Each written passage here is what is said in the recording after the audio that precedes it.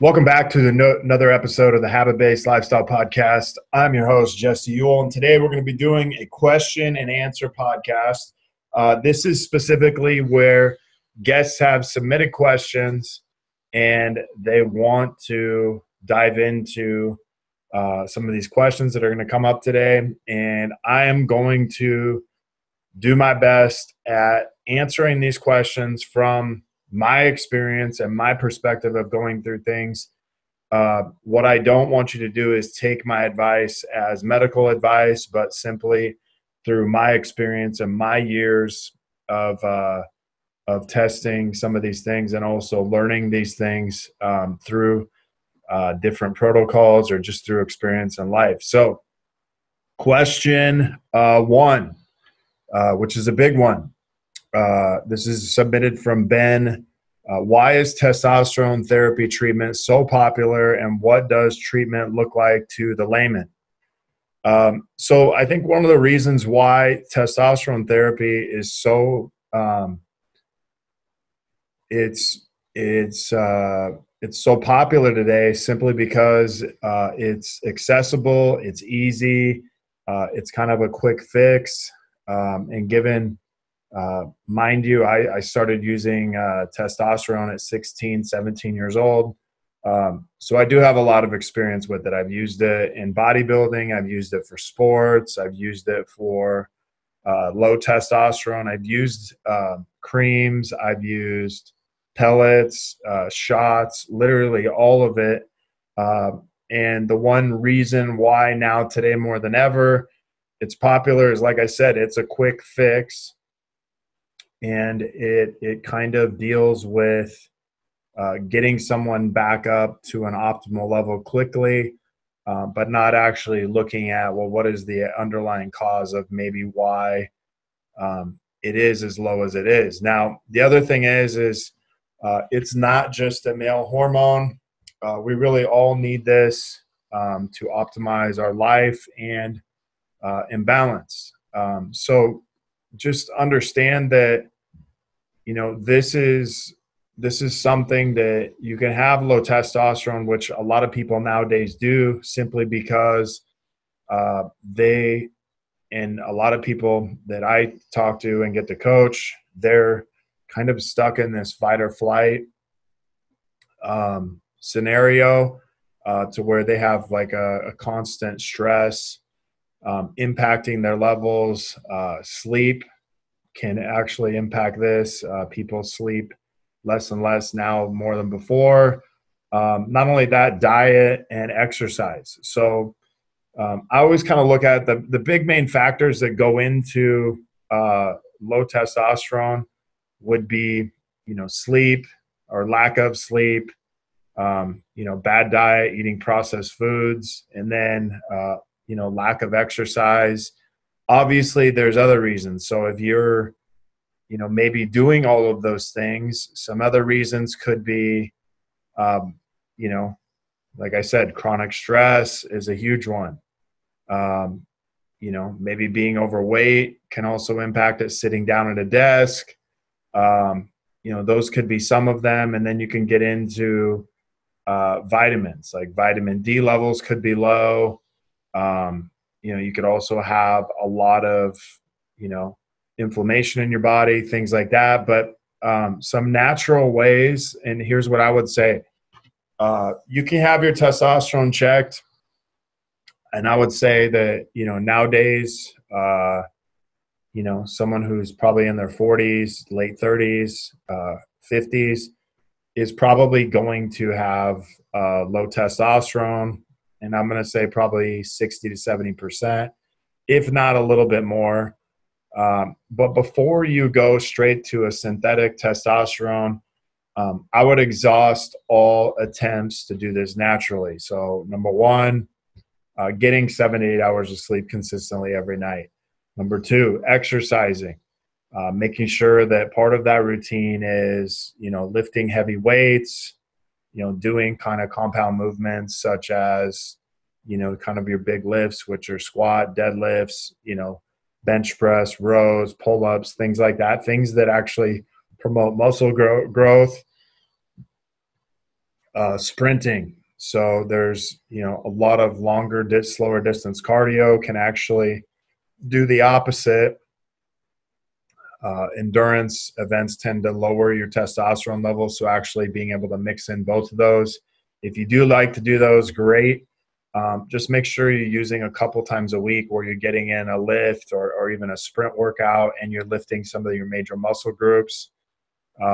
Also diet. So having a diet in, fresh fruits, vegetables, grass-fed meats, lean proteins, and as you're doing this, eating as organic as possible. Not only that, but, having wild caught fish, some other things that actually can improve your testosterone level is, decreasing stress. So one of the ways that you can do that is actually through meditation. There's also some supplements you can use, such as zinc, vitamin D, adding in, making sure you're taking vitamin C, having B vitamins, magnesium, which are some ways to also help decrease stress. But a lot of times, like, the reason our testosterone levels are low are not necessarily because they're low. It's because of, our diet, our sleep, and our stress, our current exercise routine or lack thereof. So exhausting all of those, then stepping into some natural supplements such as like DIM, also, doing some liver detox. There's, things you can do such as coffee enemas. Also, just eating more of a balanced diet to where you're getting in plenty of fruits, vegetables, but also plenty of meats and things like that. And then one of the things that I've found that's worked really well is deer antler velvet. I've used it back in kind of my late to 20s, early 30s.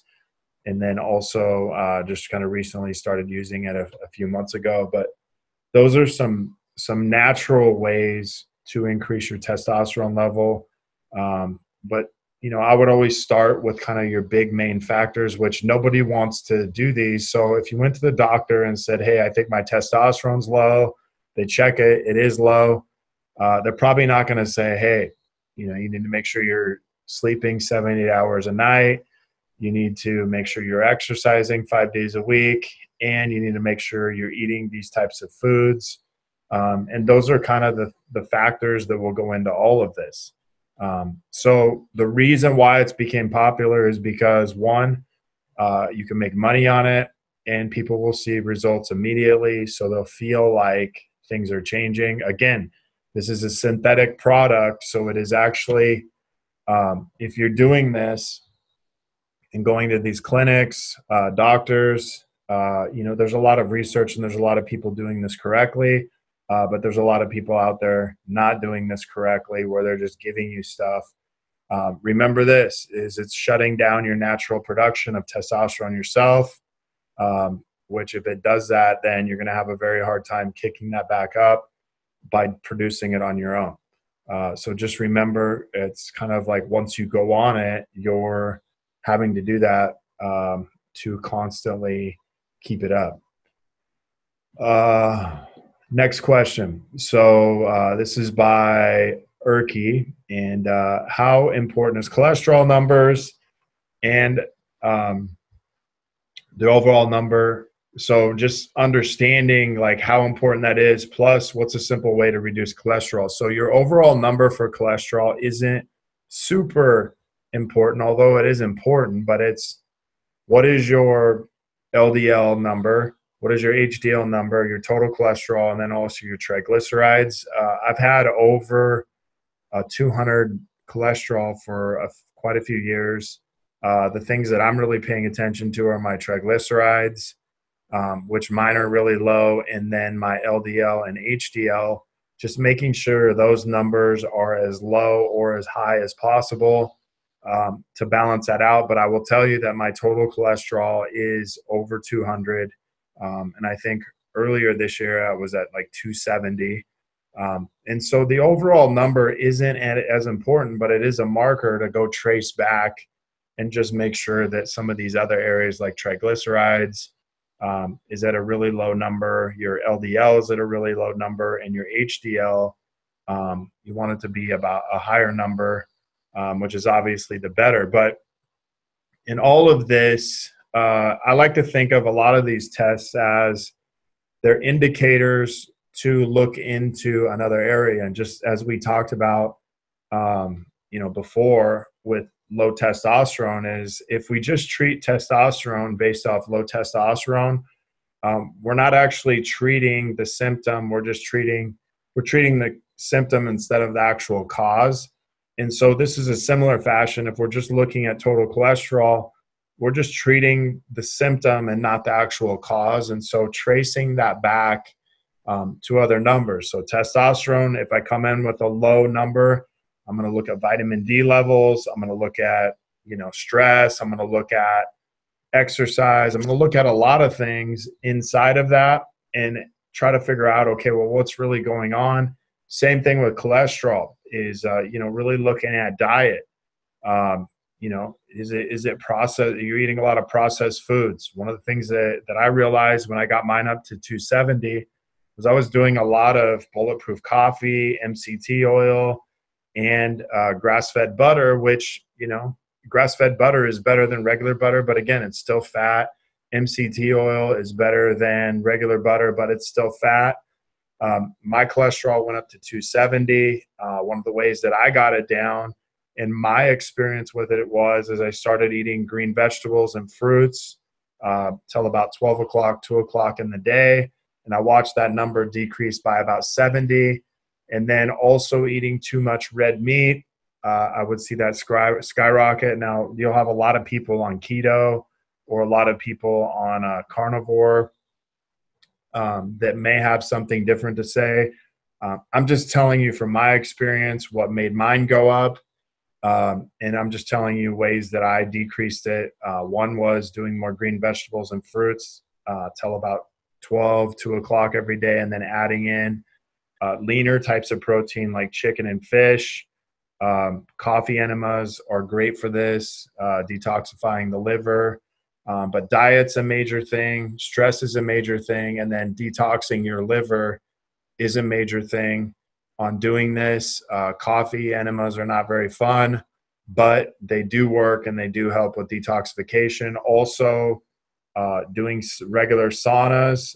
This is also a great thing for increasing your testosterone level too, is just like cleaning out your body. I think a lot of times, if you look at anything on blood work from testosterone level, cholesterol, kind of your main markers, is looking at sleep is always super important. That's where we recover. 2 is diet. And 3 is exercise. Those are kind of your big 3 things that really impact. And then the 4th one would obviously be water, which is one of the ways that you're going to begin to detox your body. And so total cholesterol isn't super important, but it is an indicator to kind of look back at my LDL, HDL, triglycerides. And then if those are high, there's other indicators under those that we may want to go back and look through. Again, I'm not a doctor, but this is the experience I've had. I have had higher cholesterol above the 200, and the way that I did get it down is just how I walked you through this. But I think green vegetables, fruits, eating more of those during the day and having more of your leaner proteins later on during the day. Next question. What are your thoughts on the myth of work-life balance? Well, I think number one, if you are an entrepreneur, business owner, if you're working as a manager, or if you're just working in a job, if you just work the minimum 8 hours a day, that means we're working 30% or around 33% of our day is going to be in our business. Now, if you're an entrepreneur, maybe you work, 10, 12, 14, 16 hours a day, you're now getting up over, probably that 50% of the day. So it's very hard to have a balance of, hey, I'm going to be at home the same amount of time I'm going to be at work. I'm going to spend the same amount of time at work as I spend with my family. It's really not possible to do that. If it is possible, it's because you've, either made enough money to where you've sold your business. You already have everything in place, but it's taken you a while to get to there, or possibly, you work 8 hours a day, 6 hours a day, whatever that is. But it's very hard, to have that work-life balance in exact time. The one thing I would tell you to really work on and strive for is not so much work-life balance, but more so how much time are you spending, you know, uh, intentionally with your wife, your kids, and things like that. And it's more about quality, not about quantity. And so that's the biggest thing I've found is it's more about the quality of time I'm spending with my wife and my kids over the quality of time I'm spending, or equal amount of hours. I think as an entrepreneur or business owner, this is something that I'm constantly having to juggle. Many of the clients I work with, they're constantly having to try to figure out how to balance these out. The best way that I can say that is, make sure you're doing regular date nights with your wife, you're doing regular date nights with your kids. When you're home, you're putting up your phone, and you are being intentional about when you're going to be home, what you're doing with your kids, making sure you're making it to their events, their sports, their activities, making sure that you're also, giving your spouse time to themselves, and making sure also that you're making time for yourself outside of work and outside of the family. But if you're looking at a pie chart, I don't think you're ever going to look at it and say, okay, I'm going to spend 25% of my time on body, my fitness, my health, 25% of my time in my spirituality, 25% of my time in my relationship, and 25% of my time at work. Just knowing, how much I'm working. I come to work a lot of times 6, 7 a.m. and I'm getting out of work at, 5, 6 p.m. at night. So I'm spending, 50% of my day at my office at work. So it's very hard to create that balance. I obviously, when you don't own your own business and you actually work for someone else, they may control that. But I would just say, look at the intentionality you're spending. It's more about quality than about quantity, and really making sure that you're spending that quality time in your fitness, in your spirituality, with your spouse, your kids, whatever that is, however that looks like at home with your family. And then when you're at work, you're intentionally spending time at work. The other thing is this. One of the questions was, what has been the most profound impact, resource, questions, insights that's given you clarity and purpose? So purpose is this thing I thought would get delivered, and maybe be a scroll that I would get delivered to me at my front door.